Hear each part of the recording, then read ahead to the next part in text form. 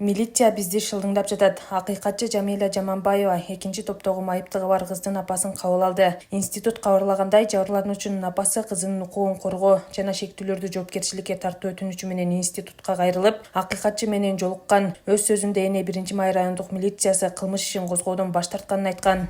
Мен жана кызым дагы экинчи топтогу майып, милиция бизди жөн эле шылдыңдап жатат. Адвокат менен дагы адилеттикке жете албай турабыз. Кызымды коргой албаганыма жана аны кордогондорду жазага тарттыра албаганыма кейип турам деген ал. Институт билдиргендей, окуя 10 апрелде Бишкектеги курулуп жаткан үйлөрдүн биринде болгон. Кыздын апасынын айтымында курулушта иштеген 2 чет элдик жаран алгач кызды азгырууга аракет кылып, андан кийин өздөрү жашаган жерине сүйрөп кеткен.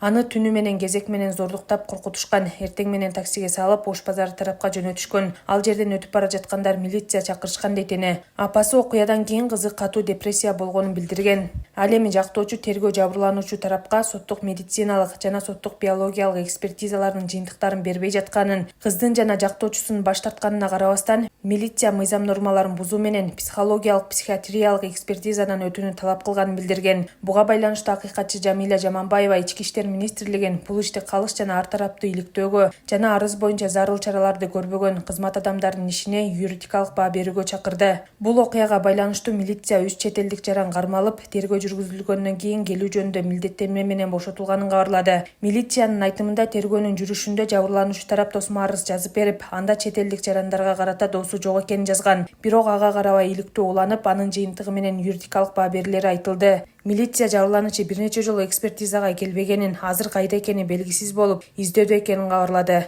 Учурда бул ишке байланыштуу зордуктоо беренеси менен кылмыш иши козголгонун билдирди.